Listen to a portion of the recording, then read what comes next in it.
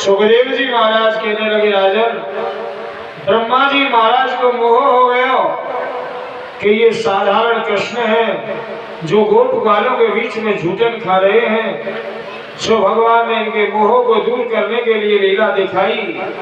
और जैसे ही कृष्ण बलराम जल पीने गए, पीछे से ब्रह्मा जी महाराज इनकी गैया और बछड़ों का हरण करके ब्रह्मलोक में ले गए। भगवान समझ गए कि ब्रह्मा की करतूत है।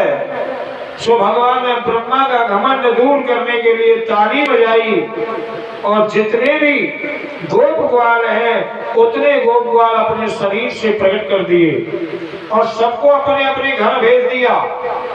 महाराज ये सारे माया के गोप ग्वाल भगवान के द्वारा प्रकट हुए जो 12 महीना तक रहे। और 12 महीना के बाद में जब ब्रह्मा जी महाराज आए तो प्रभु वही लीला कर रहे थे। यहाँ ब्रह्मा का मोह भंग हो गया और ब्रह्मा जी भगवान की शरणागति हो गई और स्तुति की है। नवमेद्यते अब्रादुषे तरिदम्बराया गुंजावतंस परिपिक्षण सन्मुखाया अन्यस्रजे कमल वेत्र विशाल वेणु लक्ष्मण सई मधुपति पशुपंगजाया। भगवान की स्तुति हुई। भगवान ने माया के जितने भी गोप वाले उनको अंतर ध्यान किया और ब्रह्मा जी ने असली गोप वालों को लाकर के भगवान को प्रदान किया। 12 महीना का समय लग गया। इस बीच में जो भी समय निकला गोप वालों को ये पता ही नहीं चला क्या हुआ है। भगवान ने ऐसी लीला दिखाई। सुखदेव जी महाराज कहते हैं, राजन अब भगवान को 7 वर्ष की अवस्था है और भगवान गाय चराने के लिए वन में जाते हैं। आज भगवान के मन में ये भाव जगा कि अब मुझे जल तत्व को शुद्ध करना। क्यों? जैसे कि पहले आपने सुना भगवान आकाश में घूमे, मिट्टी खाकर के मिट्टी तत्व को शुद्ध किया, अग्नि पीकर के अग्नि तत्व को, और अब भगवान जल तत्व को शुद्ध करेंगे। सो भगवान के मन में ये भाव आया और भाव आते ही संकल्प लीला प्रारंभ हुई। सुखदेव जी महाराज कहते हैं, वृंदावन के पास में काली देह है और यह काली देह के अंदर एक कालिया नाग रहते हैं जिनके 1000 फण हैं और ये बड़े जहरीले हैं। भगवान ने आज इनको उद्धार करने के लिए लीला दिखा रहे हैं। भागवत में तो ये बताया गया और गर्ग संहिता के अंदर दूसरा कारण भी बताया। दूसरा कारण क्या है? एक बार नारद जी महाराज राजा कंस के दरवाजे गए और कंस से कहने लगे, बोलो राजन। राजा कहने लगा, महाराज जो भी भेजता हूँ वही राक्षस समाप्त हो जाता है।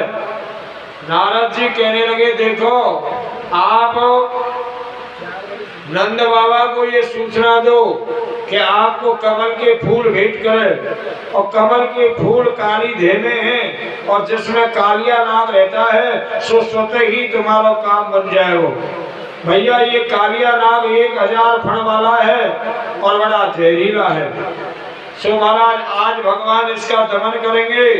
सो प्रातः काल होते ही प्रभु गैया चराने के लिए जब जा रहे हैं तो दाऊ भैया से निवेदन किया, लाला चरणों में प्रणाम किया और दाऊ जी से कहने लगे, दादा भाई आज गैया चराने के लिए मैं अकेला ही जाऊंगा, आप मत चलिए। दाऊ भैया ने कहा ठीक है। राजा परीक्षित ने ये प्रश्न किया, गुरुजी ये बताओ भगवान ने दाऊ भैया से मना क्यों करी? सुखदेव जी महाराज कहते हैं, राजन क्योंकि भगवान आज कालिया नाग का दमन करेंगे और भैया दाऊ भैया शेष नाग अवतार है और जाति वाले को जाति वाले के सामने मारे जाए तो जाति वाले को कष्ट होता है। सो प्रभु ने दाऊ भैया को रोक दिया और आज प्रभु अकेले गाय चराने के लिए जा रहे हैं। जैसे ही वन में प्रवेश किया, इस काली देह के पास में जाकर के गायों को विश्राम दिया। प्रभु नारायण ने सुंदर चंदन को डंडा लाए हैं और श्री रामा नामक ग्वाला है जो रेशम की पटगेंद बना करके लाया। और सुंदर गेंद का खेल रचाया। भगवान नारायण ने सुंदर गेंद का खेल रचाया है और देखते ही देखते गेंद में ऐसा टोल मारा, ये गेंद काली देह में प्रवेश कर गई। जब गेंद काली देह में चली गई तो श्री दामा रोने लगा और श्री दामा कहने लगा, भैया मुझे मेरी गेंद ला करके दीजिए। ठाकुर जी कह रहे, देखो इसमें कालिया नाग रहता है और जो बड़ा जहरीला है, सो लाला हम आपको दूसरी गेंद दे देंगे। लेकिन बालकों का ऐसा स्वभाव कि अपना ही सामान चाहिए, चाहे दूसरा कितना भी कीमती हो, मतलब नहीं है। जैसे कि महाराज बहुत सी बातें बालकों को जो पसंद आती है वो ही करते हैं। जैसे आप यदि किसी बालक को, अज्ञान बालक को 10 रुपए दोगे और दूसरे बालक को जो 5-5 के नोट दे रहे हो, तो बालक 5-5 वाले लेगा, नहीं कि 1 10 वाला लेगा। क्यों?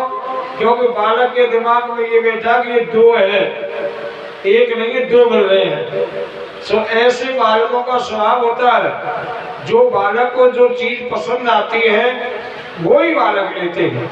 श्री दामा कहने लगा, लाला तेरी गेंद तुझे मुबारक हो, हमें तो हमारी ही गेंद ला करके दो। भगवान ने कहा ठीक है।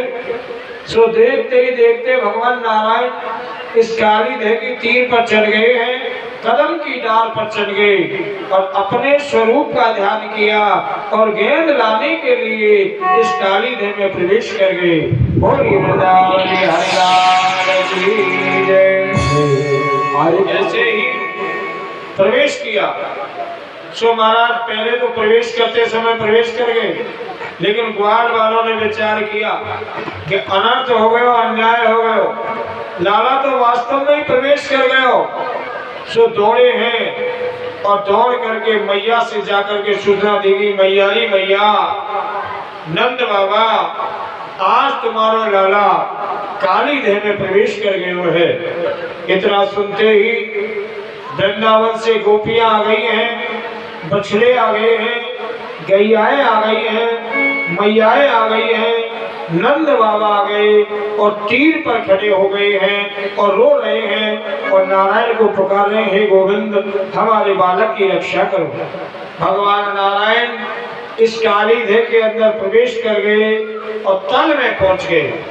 यह तल के अंदर कालिया नाग सोया हुआ है, जिसके 1000 फण है और दोनों नागिनें जगी हुई हैं।